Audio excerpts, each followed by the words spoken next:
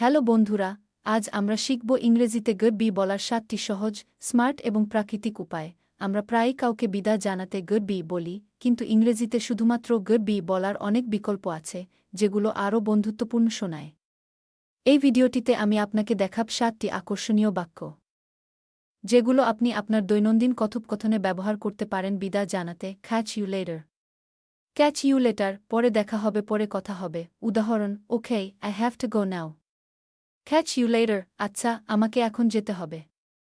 পরে দেখা হবে, এটি খুব ক্যাজুয়াল ও বন্ধুত্বপূর্ণ। বন্ধুরা, সহপাঠী বা সহকর্মীদের মাঝে ব্যবহার করা যায়। See you soon. See you soon, খুব শিগগির দেখা হবে। উদাহরণ, I'll be back next week.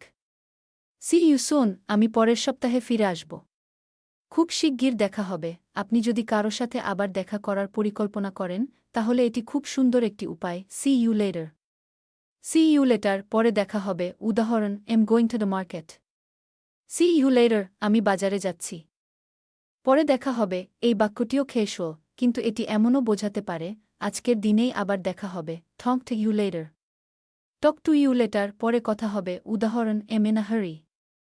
Talk to you later, আমি খুব তাড়ায় আছি।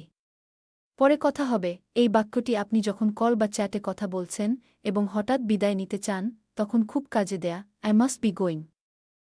আই মাস্ট বি গোয়িং, আমার এখন যেতে হবে। উদাহরণ, it was great talking to you. I must be going now, তোমার সাথে কথা বলে ভালো লাগল। আমার এখন যেতে হবে, এটি ভদ্রভাবে বিদায় জানানোর উপায়।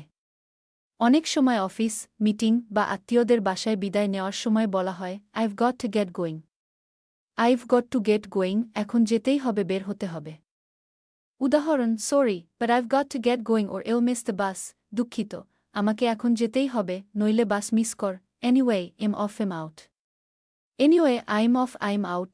আচ্ছা, আমি বের হচ্ছি। উদাহরণ, anyway guys, I'm off, see you tomorrow. আচ্ছা বন্ধুরা, আমি বের হচ্ছি। কাল দেখা হবে। এই ভিডিওটি ভালো লাগলে অবশ্যই লাইক দিন আর সাবস্ক্রাইবই করে রাখুন। হ্যালো বন্ধুরা, আজ আমরা শিখব ইংরেজিতে গুড বি বলার 7টি সহজ, স্মার্ট এবং প্রাকৃতিক